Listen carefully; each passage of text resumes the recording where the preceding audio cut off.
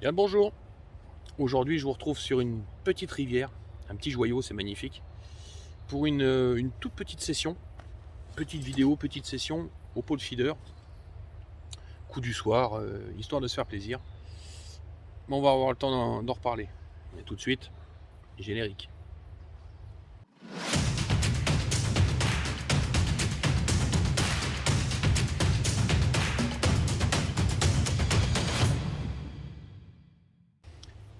Nous voilà fin septembre, après un été, on va pas revenir dessus, c'était une catastrophe. Ah bon, on a un super mois de septembre. Un petit peu de coup de flotte de temps en temps et encore très peu. Des températures qui restent agréables et des rivières qui restent actives avec le restant de courant de la crue.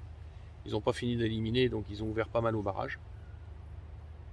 Et là, je me suis pris d'affection pour une toute petite rivière. C'est très peu large, ça fait... Allez, si je mets pleine barre, je suis à 13-14 mètres, je suis sur la berge d'en face. Avec des fonds qui oscillent entre moins d'un mètre, allez, 50 cm à tout casser, avec des herbiers jusqu'à des fosses de 2 mètres, 2 mètres 50. Pas mal de poissons résidents. Mais j'ai fait à peu près toutes les espèces sauf une. J'ai pas touché le barbeau. J'ai fait de la tange dans le courant, de la brème bien sûr, du chevenne, de la carpe, de la perche bien entendu. Bon, ça monte au frolic hein, ces bêtes là. Mais j'ai pas touché le barbeau. Peut-être qu'ils sont plus bas, je sais pas. Donc là ce soir c'est une micro-session, j'ai 2 heures à tuer, j'avais envie de les faire. J'ai un soleil qui est splendide là derrière les arbres. J'ai une activité de dingue sur la zone. Moi je suis venu déjà il y a 2 jours avec, avec mes cannes barbeau. Parce que j'avais pris ces cannes là pour pêcher un autre spot et je suis arrivé, il était cramé. Donc je suis pas repassé chez moi. Et je suis donc venu essayer ce spot au moulinet. C'était pas une bonne idée. Parce que la zone que j'exploite au moulinet, le virage est juste derrière. Le temps de prendre contact sur le poisson au nylon, eh bien, le poisson a fait le tour du virage. Et avec une canne de 360, on n'a aucun contrôle sur un poisson à 20 ou 30 mètres. Donc là, aujourd'hui, je suis revenu, je suis pas pleine barre, je suis 11 mètres. Je suis revenu au pole feeder, vraiment. Et puis, on va essayer d'expliquer à la petite demoiselle, enfin, les 2 petites demoiselles qui m'ont tout cassé il y a 2 jours. Je viens de prendre une touche. Voir un peu si on peut pas leur expliquer un petit peu la vie, mais à la grande canne. Ça va bien se faire.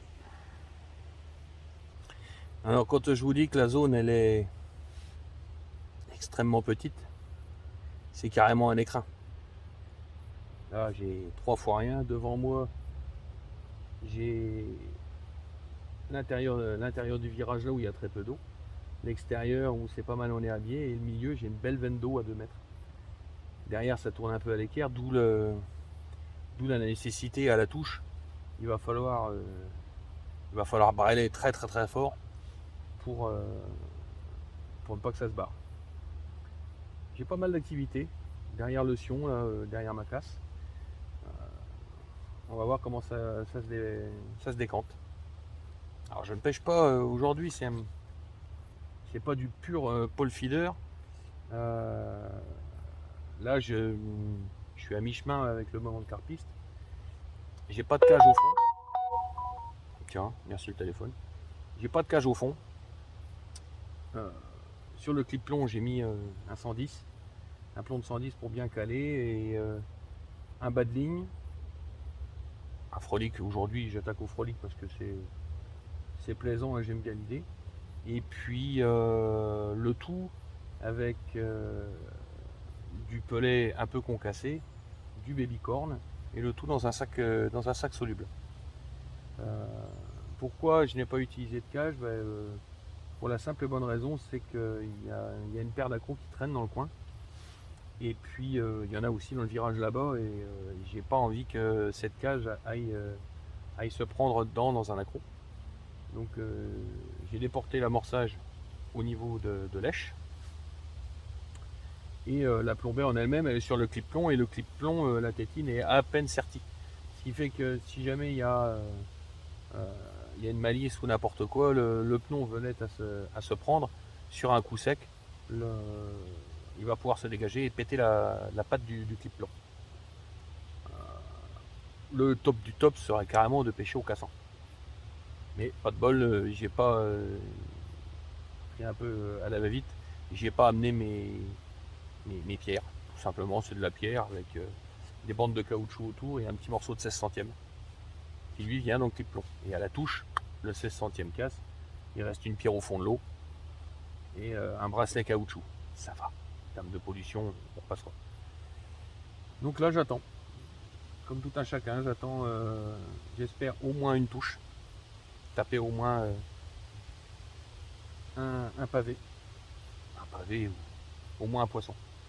J'en ai touché il y a 2 jours. 2 fois et 2 fois, 2 fois c'était une catastrophe. Donc j'aimerais bien récidiver et avoir un petit peu la main. Ça me ferait bien plaisir. On verra ça tout à l'heure, au cas où.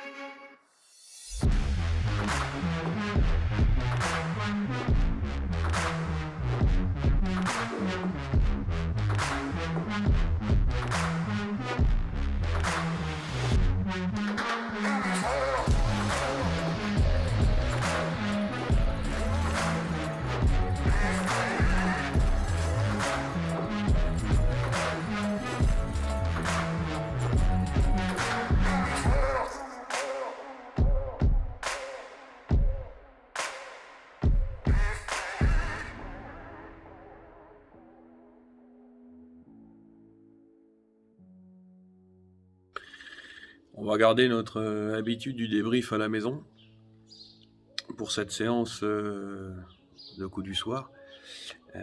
Une catastrophe sans nom, on est d'accord. Une touche, vous l'avez vu, je la laisse au fond. J'y suis allé avec la fleur au fusil, pour pas dire la bite et le couteau. Mal équipé, mal outillé, comme dit la pub. Résultat des courses, ça reste au fond. Donc il va être temps de remettre toutes les choses à plat. Et puis de faire mieux la prochaine fois. Mieux la prochaine fois, c'est montage plus lourd, ligne plus lourde aussi, et trouver une solution pour s'affranchir des problèmes de fond avec une cage qui reste bloquée, parce que j'ai laissé la ligne au fond parce que la charge de plomb est venue se coincer plusieurs fois pendant le combat. Et puis aussi, quand je relève la canne, quand je relève la ligne, la longueur à 11 mètres, dès que l'on recule, généralement la charge traîne sur le fond. Et là-bas, on n'a pas le droit de laisser traîner sur le fond, sinon on raccroche. Donc il va falloir étudier l'affaire, à tête reposée, tranquillou, on va essayer de faire ça un peu mieux. On se retrouvera pour une vidéo revanche très rapidement. Là-dessus, je vous souhaite une bonne journée. Ciao.